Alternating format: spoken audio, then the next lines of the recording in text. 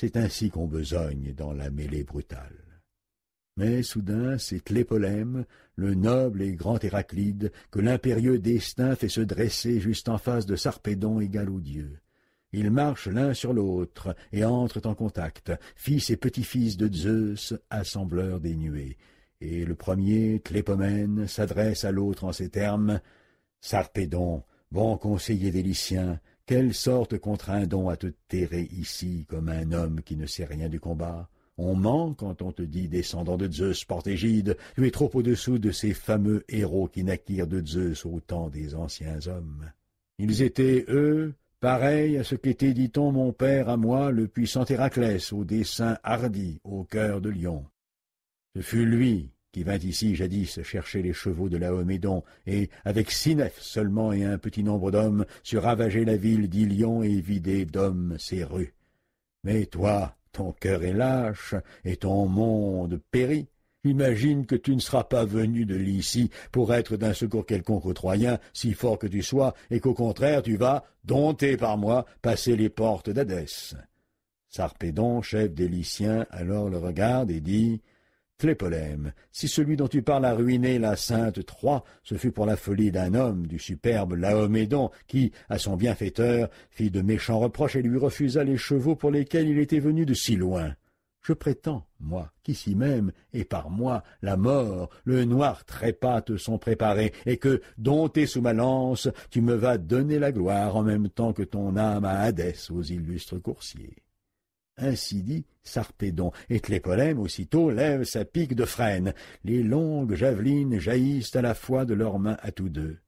L'un, Sarpédon, atteint l'autre en plein col, et la pointe s'enfonce de part en part, douloureuse, tandis qu'une nuit sombre enveloppe ses yeux. Tlépolème, lui, a frappé Sarpédon de sa longue pique à la cuisse gauche. La pointe a passé, furieuse, au travers, et s'est enfoncée dans l'os. Mais son père, cette fois encore, écarte de lui le malheur. Sarpédon, égal aux dieux, est porté hors de la bataille par ses divins compagnons. La longue pique est lourde qu'il traîne avec lui. Mais il n'est personne qui songe ni qui pense à tirer de sa cuisse la pique de frêne afin qu'il puisse mettre le pied à terre. Ils ont trop hâte, il leur faut suffire à telle besogne. Tlépolème, de son côté, est porté hors de la bataille par les Achéens aux bonnes jambières. Mais le divin Ulysse l'aperçoit, Ulysse au cœur endurant, et son âme bout. Alors, il balance en son âme et son cœur, se lancera-t-il plus loin à la poursuite du fils de Zeus retentissant, ou arrachera-t-il la vie de plus nombreux Lyciens? Mais il n'est pas dans le destin d'Ulysse magnanime de tuer le fier enfant de Zeus avec le bronze aigu. C'est pourquoi Athénée tourne son courage vers la foule des Lyciens. Il fait donc sa proie de Kéran, Alastor, Chromios, et d'Alcandre, Alios, Noémon, Prytanis. Et il eut encore, le divin Ulysse, tué bien d'autres Lyciens, si le grand Hector au casque étincelant ne l'eût vu de son œil perçant. Il s'en vient à travers les champions hors des lignes, casqué du bronze flamboyant et portant la terreur parmi les Danaens. À son approche, en revanche, Sarpédon, fils de Zeus, a grand joie et lui dit ces mots pitoyables. « Ah, fils de Priam, ne me laisse pas à terre, proie offerte aux Danaens, viens à mon secours, je consens qu'ensuite la vie m'abandonne dans notre cité, puisque mon destin, je le vois, n'est pas de rentrer chez moi, dans la terre de ma patrie, pour la joie de ma femme et de mon fils, tout enfant. » Il dit. Hector, au casque étincelant, ne réplique rien. Mais d'un bond, il le dépasse. Il est désireux de repousser au plus tôt les Argiens et d'arracher la vie à bien d'autres encore.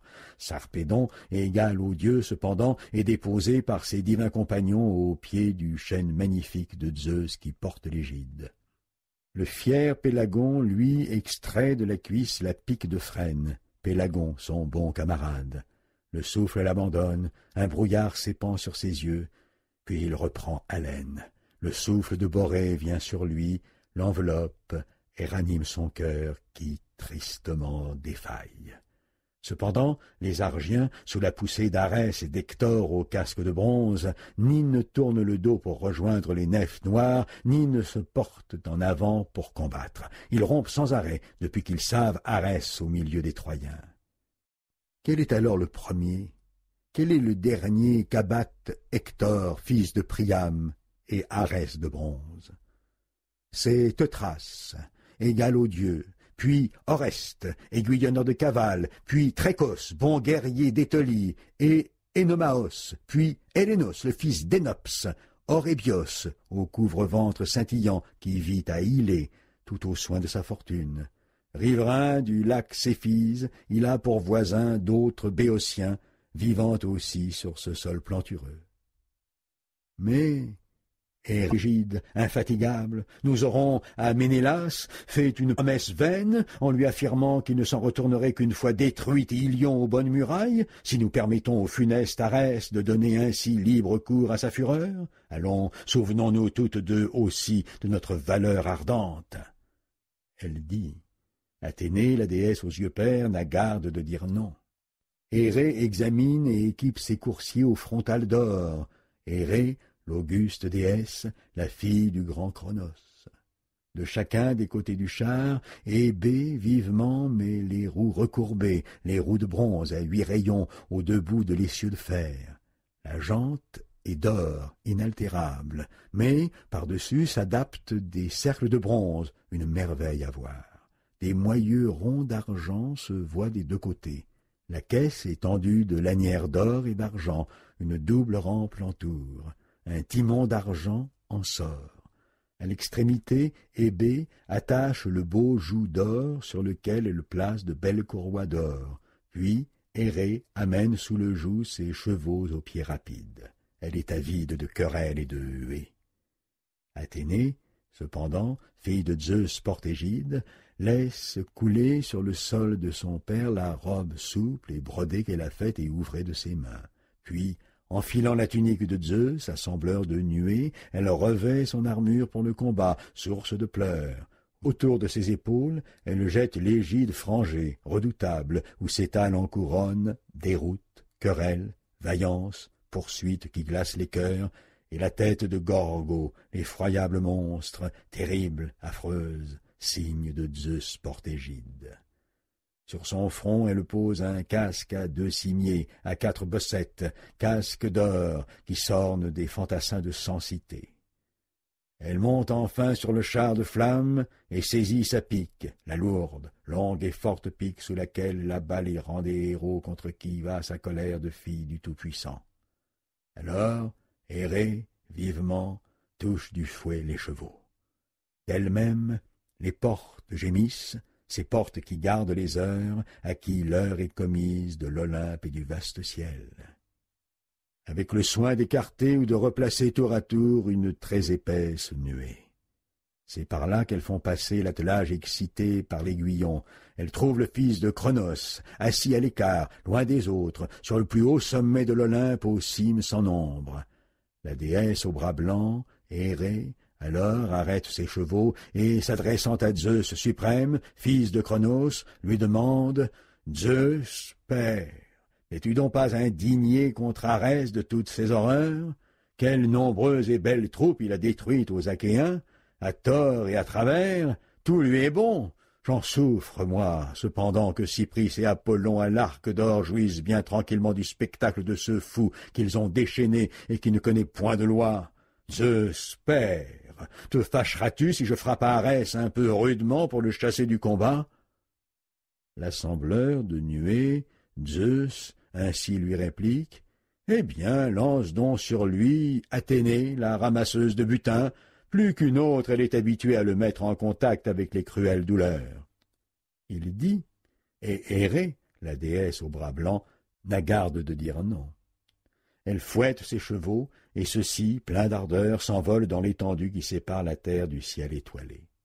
Autant d'espaces brumeux se laissent embrasser du regard par l'homme assis sur une guête qui surveille une mer aux teintes lit de vin, autant d'espaces est vite dévorés par les coursiers hennissants des déesses. Ils sont bientôt dans la plaine de Troie où coulent 2 fleuves, à l'endroit où confluent les eaux du Simoïs et du Scamandre. La déesse aux bras blancs, Hérée, arrête ses chevaux, les dételle du char et répand autour d'eux une épaisse vapeur. Le Simoïs, pour leur pâture, fait alors pousser une herbe divine. Les deux déesses vont ensuite, d'une allure toute pareille à celle des timides colombes, désireuses de porter aide aux Argiens. Elles arrivent où sont les combattants les plus nombreux et les plus braves. Ils sont groupés autour du puissant Diomède, dompteur de cavales. On dirait des lions carnassiers ou bien des sangliers dont rien n'abat la force. La déesse aux bras blancs, errée, alors s'arrête et pousse un cri. Elle a commencé par prendre l'aspect de Stentor au grand cœur, à la voix de bronze, aussi forte que celle de 50 autres réunis. « Honte à vous, Argiens! Ah, les lâches infâmes sous leur magnifique apparence! Aussi longtemps que le divin Achille hantait les combats, les Troyens ne se montraient même pas devant les portes dardaniennes, tant ils redoutaient sa puissante lance. Et aujourd'hui, les voilà qui combattent loin de leur cité, devant nos nefs creuses. » Elle dit et stimule la fougue et l'ardeur de tous. Cependant, Athénée, la déesse aux yeux pairs, se lance à la recherche du fils de Tidée. Et elle le trouve, le héros, près de son char et de son attelage, et vantant la blessure que lui a infligée la flèche de Pandare. La sueur l'épuise, sous le large baudrier qui soutient son écuron.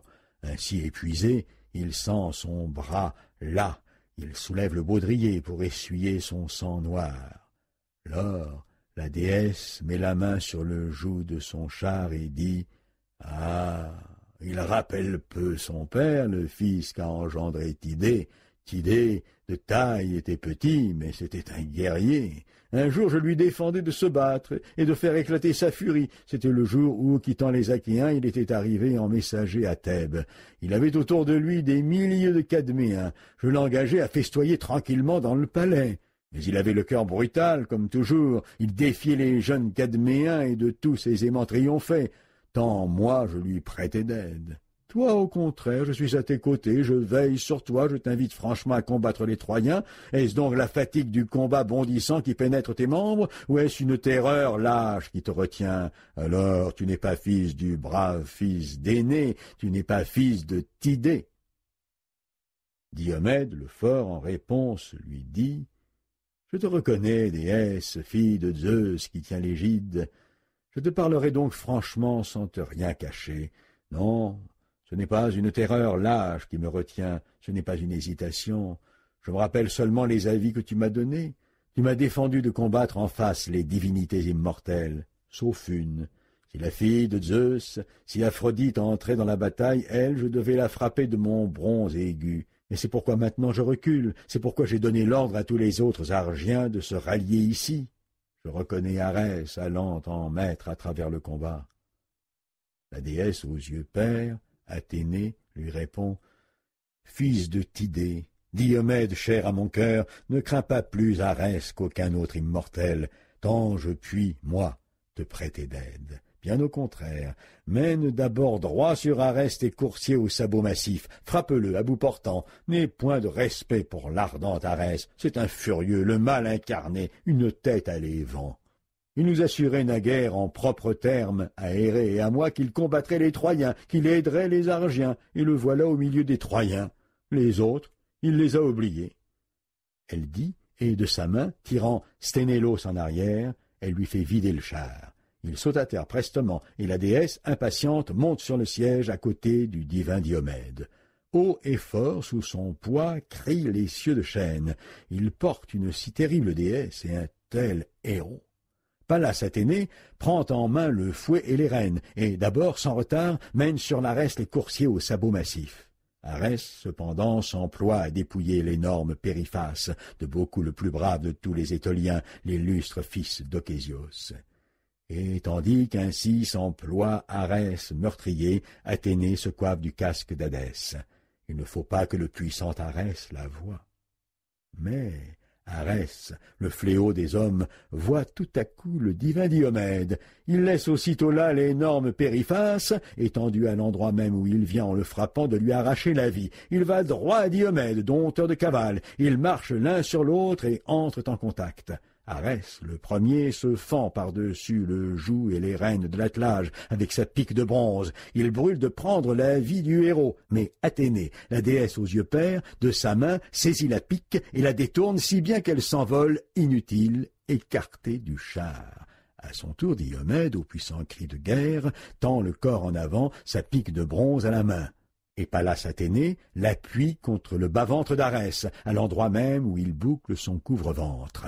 C'est là que Diomède l'atteint et le blesse. Il déchire la belle peau, puis ramène l'arme. Arès de bronze alors pousse un cri pareil à celui que lancent au combat 9 ou 10 000 hommes engagés dans la lutte guerrière, et un frisson saisit Troyens et Achéens, pris de peur, tend à crier Arès, insatiable de guerre.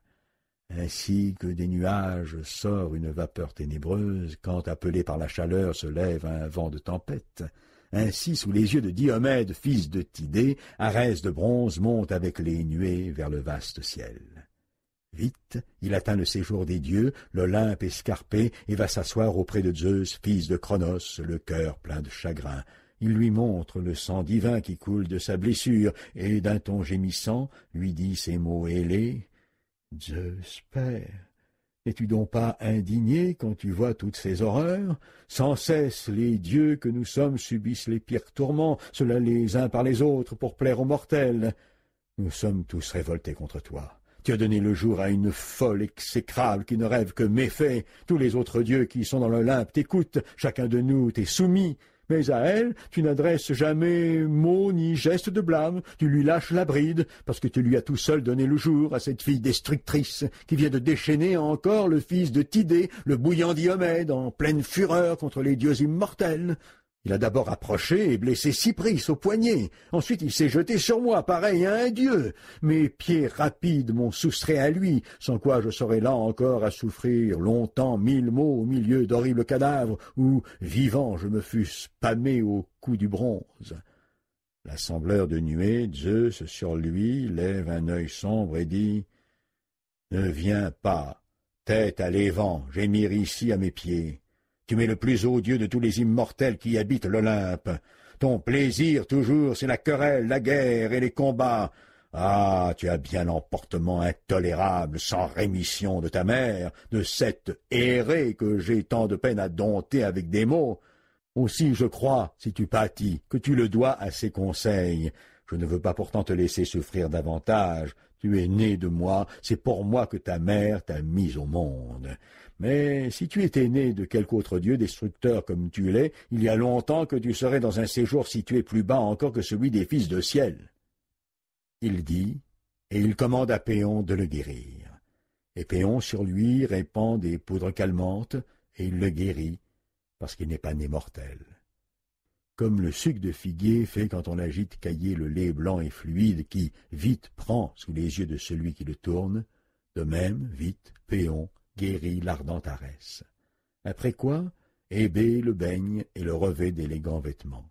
Il va s'asseoir alors à côté de Zeus le Chronide, dans l'orgueil de sa gloire.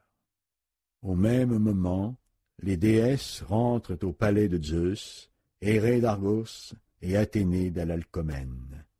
Elles ont mis fin aux tueries d'Arès, fléau des mortels.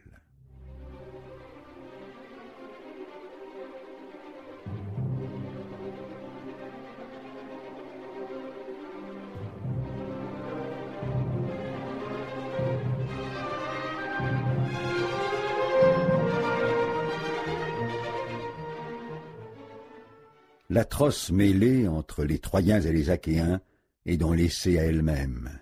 Et la bataille alors de pousser des pointes en tous sens, par-ci, par-là, dans la plaine, tous, les uns contre les autres, pointant leurs piques de bronze entre le Simoïs et le cours du Scamandre.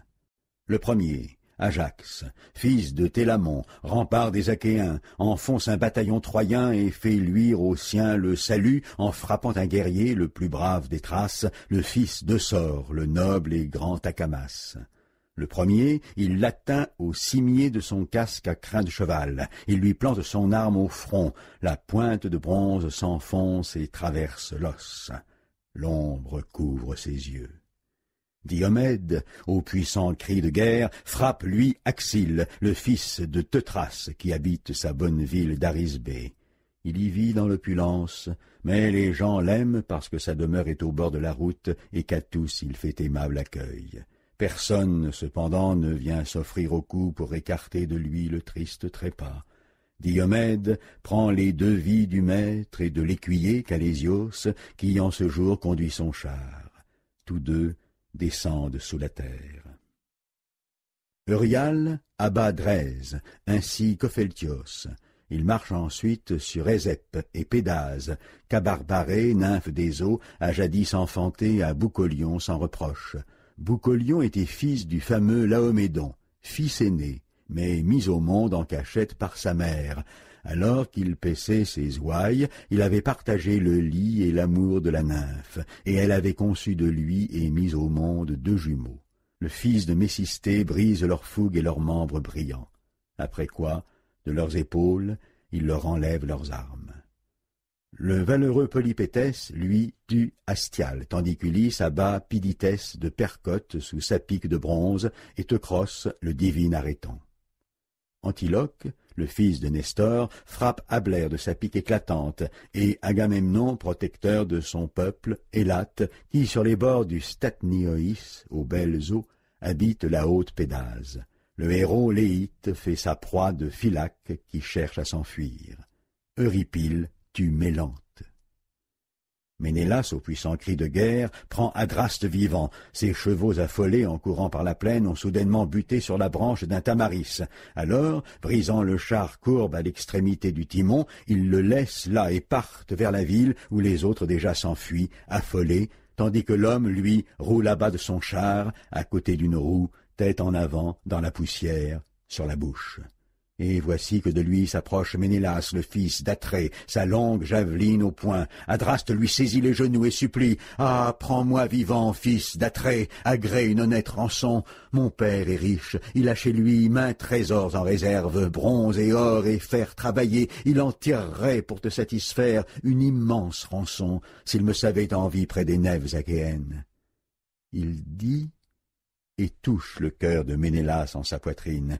Déjà il s'apprête à le mettre aux mains de son écuyer pour qu'il l'emmène aux nefs des Achéens, quand Agamemnon en courant vient à lui et d'un ton grondeur lui dit « Ah, pauvre ami, ah, Ménélas, pourquoi tant d'égards pour ces hommes? As-tu donc eu si fort à te louer des Troyens à ton foyer? Non, qu'aucun d'eux n'échappe au gouffre de la mort, à nos bras, pas même le garçon au ventre de sa mère, pas même le fuyard, que tous ceux d'Ilion ensemble disparaissent, sans laisser de deuil ni de traces. » Ainsi dit le héros. Le cœur de son frère se laisse convaincre, la vie est sage. De la main il repousse le héros Adraste, le roi Agamemnon aussitôt le frappe au flanc, l'homme tombe à la renverse, et l'Atride lui met le pied sur la poitrine pour tirer sa pique de frêne. Nestor aux Argiens alors clame à grande voix « Héros d'Anain, serviteurs d'Arès, mes amis, que personne maintenant ne reste plus en arrière pour se jeter sur des dépouilles afin d'en rapporter le plus possible aux nefs. Tuons des hommes, après quoi vous pourrez, à votre aise, dans toute la plaine, ravir leurs armes aux cadavres des morts. » Il dit et stimule la fougue et l'ardeur de tous. Alors les Troyens, à leur tour, sous les poussées des Achéens chéris d'Arès, seraient remontés jusque dans Ilion, cédant à la lâcheté, si Hélénos, fils de Priam, de beaucoup le meilleur des deux vins, ne s'était approché d'Hector et d'Énée pour leur dire « Énée, Hector, c'est sur vous, avant tous, que repose la tâche des Troyens et des Lyciens, puisqu'en toute entreprise vous êtes les meilleurs pour combattre et pour décider. Eh bien, faites donc halte ici, sur cette ligne. Puis, afin de retenir vos gens en avant des portes, parcourez tout votre front, avant qu'ils n'aillent se jeter en déroute dans les bras de leurs femmes et se rendre de la sorte la risée de nos ennemis. Une fois que vous aurez stimulé tous les bataillons, nous resterons là, nous autres, à combattre les Danains, si recrues de fatigue que nous puissions être. La nécessité nous en presse, mais toi, Hector, pendant ce temps, prends le chemin de la ville et va parler à notre mère, à tous deux. Qu'elle convoque les anciennes dans le temple consacré à Athénée aux yeux pères, sur l'acropole, qu'elle se fasse, avec les clés, ouvrir les portes de la demeure sainte, puis, prenant le voile qui lui paraîtra le plus beau, le plus grand en son palais, le voile auquel elle tiendra le plus, qu'elle s'en aille le déposer sur les genoux d'Athénée aux beaux cheveux, et qu'en même temps elle fasse vœu de lui immoler dans son temple 12 génisses d'un an, ignorant encore l'aiguillon, si elle daigne prendre en pitié notre ville. et les épouses des Troyens, et leurs fils encore tout enfants. Et si elle veut bien de la sainte Ilion écarter le fils de Tidée, sauvage guerrier, puissant maître de déroute que je crois bien pour ma part le plus fort des Achéens. Nous avions moins peur d'Achille, le commandeur de guerriers, qu'on dit issu d'une déesse, mais celui-là est en pleine fureur et personne n'est capable de se mesurer à sa fougue. » Il dit, Hector n'a garde de dire non à son frère. Brusquement, de son char, il saute à terre en armes, brandissant ses pics aigus, il va par l'armée en tous sens, stimulant chacun au combat, et réveille l'atroce mêlée. Les voici qui font volte-face et tiennent tête aux Achéens. Les Argiens reculent et s'arrêtent de tuer. Ils se disent qu'un immortel descendu du ciel étoilé vient porter aide aux Troyens à voir comment ils ont fait volte-face. Alors, Hector, à grande voix, lance un appel aux Troyens. « Bouillants Troyens, illustres alliés, montrez-vous des hommes, amis. Rappelez-vous votre valeur ardente. Je m'en vais, moi, à Ilion parler aux anciens du conseil, ainsi qu'à nos femmes, afin qu'elles supplient les dieux et leur vouent des hécatombes. » Ainsi dit, puis s'en va, Hector au casque étincelant, et, en haut comme en bas, sur sa nuque et sur ses talons, bat le cuir noir de la bande qui court à l'extrême bord de son bouclier bombé. Cependant, le fils de Tidée et Glaucos, le fils d'Hippoloque, se rencontrent entre les lignes, tous deux brûlants de se battre. Ils marchent l'un sur l'autre et entrent en contact. Et Diomède, au puissant cri de guerre, le premier dit à l'autre, « Qui donc es-tu, noble héros, parmi les mortels? Jamais encore je ne t'ai vu dans la bataille où l'homme acquiert la gloire. Mais ici, tu l'emportes, et de loin sur tous les autres, puisque ton audace ne recule même pas devant ma longue javeline. Malheur aux parents dont les fils osent affronter ma fureur. Si pourtant tu étais un des immortels descendus des cieux, je ne saurais, moi, combattre les divinités célestes. Lycurgue même, le puissant fils de Dryas, n'a pas vécu longtemps du jour qu'il eut cherché querelle aux divinités célestes. N'avait-il pas un jour poursuivi les nourrices de Dionysos, le délirant, sur le Niséion sacré? Toutes alors de jeter leurs thyrses à terre sous l'aiguillon qui les poignait de Lycurgue meurtrier, tandis qu'éperdu, Dionysos plongeait dans le flot marin où Thétis le reçut, épouvanté, dans ses bras, tant la peur l'avait pris au son grondeur de l'homme. Mais contre celui-ci, les dieux, qui vivent dans la joie, alors s'indignèrent. Le fils de Cronos en fit un aveugle, et même ainsi il ne vécut pas longtemps. Il était devenu un objet d'horreur pour tous les immortels. Je ne voudrais pas, dès lors, combattre à mon tour les dieux bienheureux. Si, par contre, tu n'es qu'un mortel vivant du fruit de la terre, alors viens plus près, et tu arriveras plus vite au terme fixé pour ta perte. » Le glorieux fils d'Hippoloque répond, « Magnanime fils de Tidée, pourquoi me demander quelle est ma naissance? Comme naissent les feuilles, ainsi font les hommes. Les feuilles, tour à tour, c'est le vent qui les épand sur le sol, et la forêt verdoyante qui les fait naître quand se lèvent les jours du printemps. Ainsi, des hommes. Une génération naît à l'instant même où une autre s'efface. Si pourtant tu en veux apprendre davantage et savoir ma naissance, nombreux déjà sont ceux qui la connaissent, écoute. Il est une ville, Éphire, au fond de l'Argolide, nourricière de cavales. Là vivait Sisyphe, l'homme entre tous habile, Sisyphe, fils d'Éole. Il eut pour fils Glaucos. Et Glaucos fut père à son tour de Bellérophon sans reproche, à qui les dieux accordèrent ensemble beauté et charmant courage. Mais Prétos, en son âme, un jour, médita son malheur et le chassa de son pays d'Argos. C'est que Prétos était bien au-dessus de lui, Zeus l'avait placé sous son sceptre. Or la femme de Prétos, la divine Anté, avait conçu un désir furieux de s'unir à lui dans des amours furtives, et comme elle n'arrivait point à toucher Bellérophon, le brave aux sages pensées, menteusement, elle dit au roi Prétos: « Je te voue à la mort, Prétos, si tu ne tues Bellérophon qui voulait s'unir d'amour à moi malgré moi. » Elle dit. La colère prit le roi à ouïr tel langage. Il recula pourtant devant un meurtre, son cœur y eut scrupule. Mais il envoya Bellérophon en Lycie en lui remettant des signes funestes. Sur des tablettes repliées, il avait tracé maints traits meurtriers. Il lui donna l'ordre de les montrer à son beau-père, afin qu'ils fussent sa mort. Bellérophon s'en fut donc en Lycie sous la conduite indéfectible des dieux. Dès qu'il eut atteint la Lycie et les bords du Xanthe, le seigneur de la vaste Lycie l'honora de grand cœur. 9 jours durant, il le reçut en hôte et fit tuer 9 bœufs pour lui. Mais quand, pour la 10e fois, parut l'aurore aux doigts de rose, il l'interrogeait et demandait à voir le signe qu'il lui apportait au nom de son gendre, Prétos.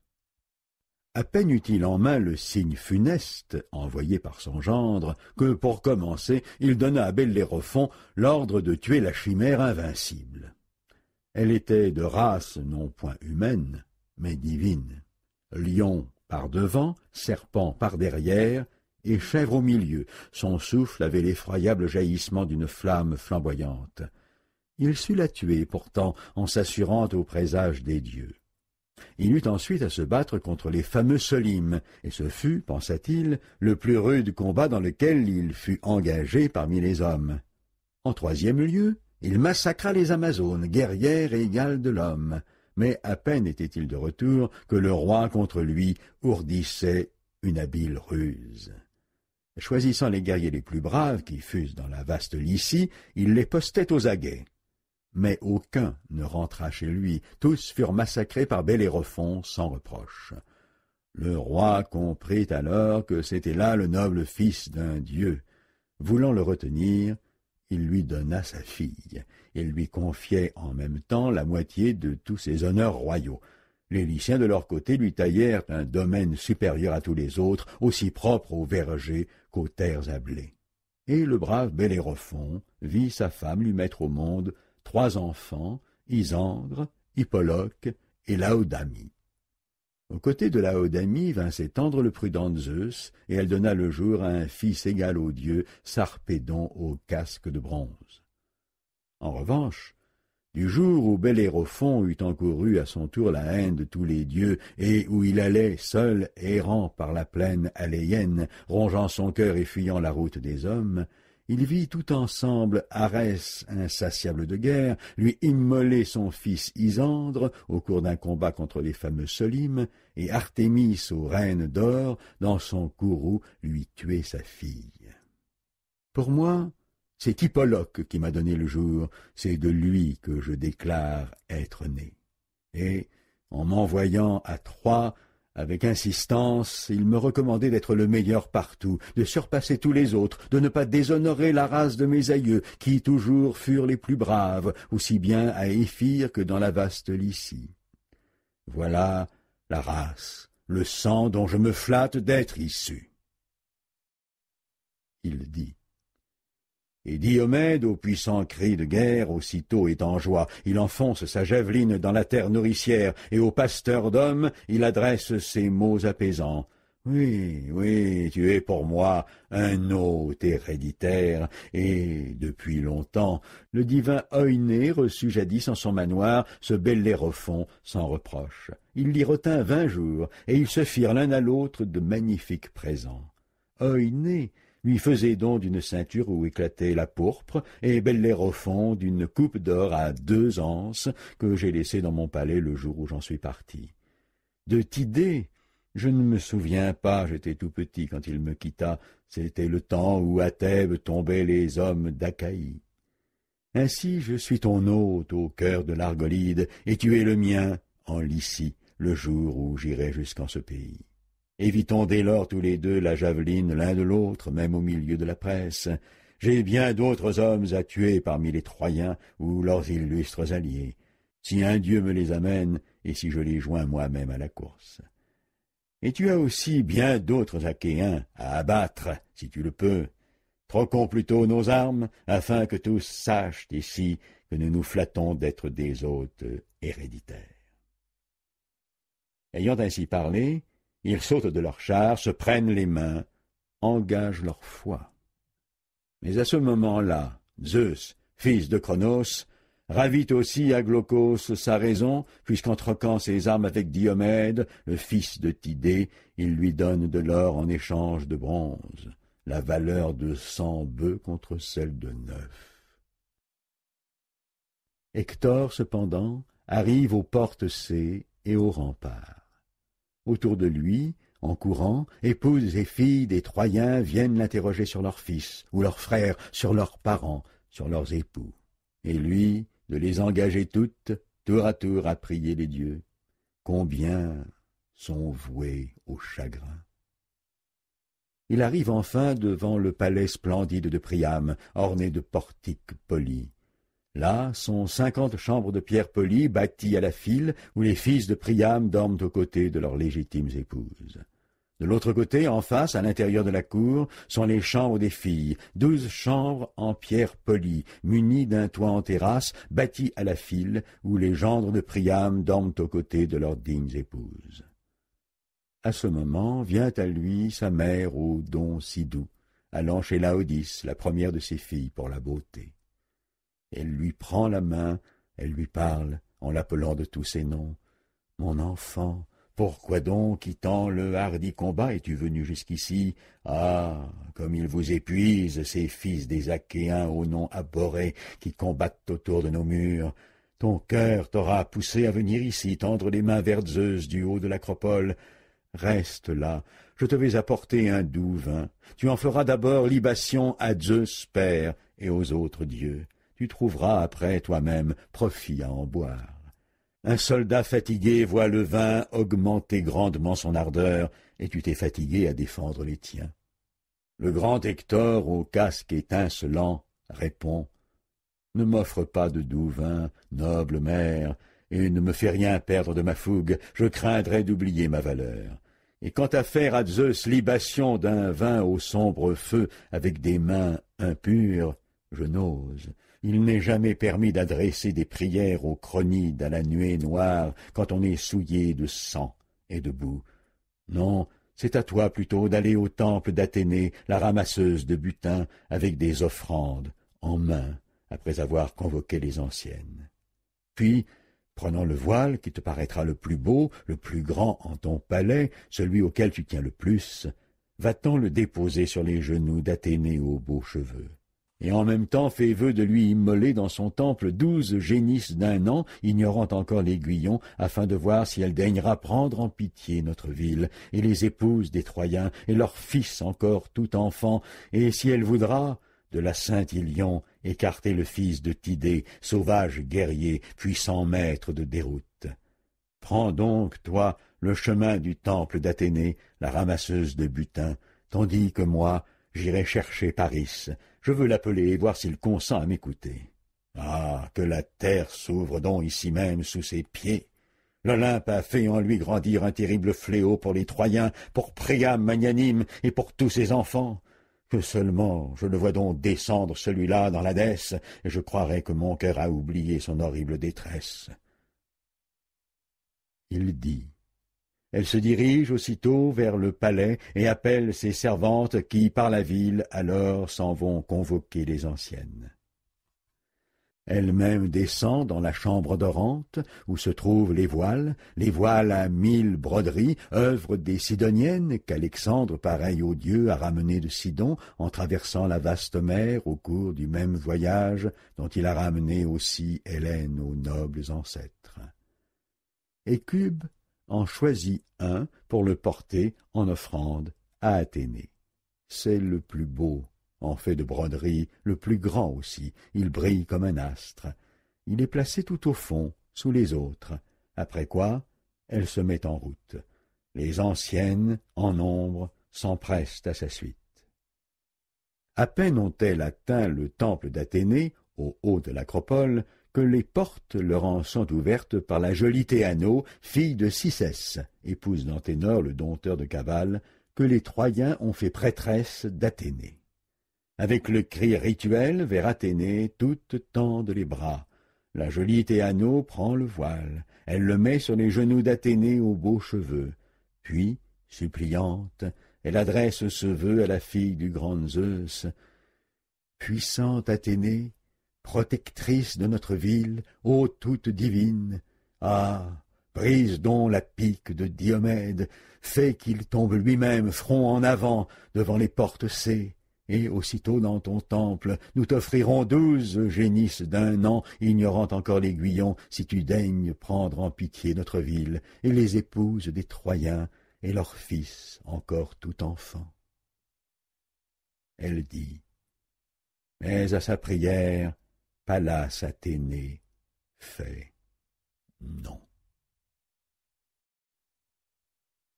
Mais tandis que les femmes implorent de la sorte la fille du grand Zeus, Hector gagne la demeure d'Alexandre, la belle demeure qu'il a construite lui-même, aidé des meilleurs charpentiers qu'ait connus en ce temps la Troade fertile. Ils lui ont bâti chambres, maisons et cours tout près de Priam et d'Hector, en haut de l'acropole, et c'est là que pénètre Hector, aimé de Zeus. Il tient au poing une pique de 12 coudées, dont la pointe de bronze, qu'en sert une virole d'or, projette ses feux devant lui. Il trouve son frère dans la chambre qui fourbit ses armes splendides, bouclier, cuirasse, et palpe son arc recourbé. Hélène, l'Argienne, est assise là, entourée de captives, ordonnant à ses servantes de magnifiques ouvrages. Hector, voyant son frère, lors le prend à partie en termes infamants. « Pauvre fou! Il n'est guère beau de se mettre au cœur pareille colère. Nos gens s'usent à se battre autour de notre ville et de son haut rempart, et c'est pour toi que la huée et la bataille flambent autour de cette ville. Tu serais le premier à chercher querelle à quiconque tu verrais mollir au féroce combat. Allons, debout, si tu ne veux pas que notre ville bientôt ne se consume dans le feu dévorant. » Alexandre, pareil aux dieux, répond. « Hector, tu as raison de me prendre à partie, c'est de stricte justice. Eh bien, je parlerai, mais toi aussi, comprends et écoute-moi bien. Si je suis resté à la chambre, ce n'est pas tant par colère ou dépit à l'égard des Troyens que par désir de me livrer à ma douleur. Toutefois, à cette heure, par des mots apaisants, ma femme m'a touché et ébranlé pour le combat, et, en fait, je crois bien moi-même que cela vaudra mieux ainsi. La victoire change d'homme. Ainsi donc, attends-moi, j'enfile seulement mon armure de guerre. Ou bien pars, j'irai sur tes pas et je pense te rejoindre. » Il dit. Hector, au casque étincelant, ne lui réplique rien. C'est Hélène qui, à Hector, adresse ces douces paroles.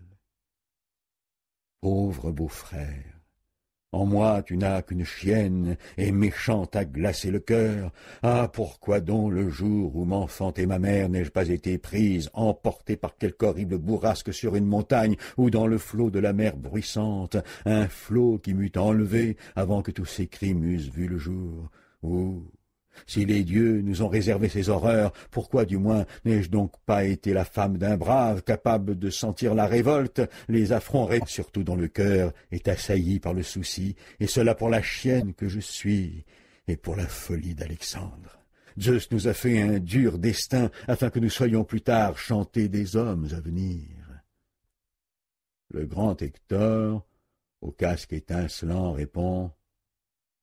Ne me demande pas de m'asseoir, Hélène, quelque amitié que tu gardes pour moi, aussi bien ne t'écouterai-je pas. Mon cœur déjà me presse d'aller porter aide aux Troyens, ils ont si grand regret de mon absence. Mais toi, fais partir celui-ci, puis vite, qu'il se hâte lui-même de manière à me rejoindre avant que j'aie quitté la ville. Je vais chez moi voir mes serviteurs et ma femme et mon fils, encore enfant. Puis-je savoir si je leur reviendrai encore, ou si, dans un instant, les dieux ne vont pas m'abattre sous les bras des Achéens.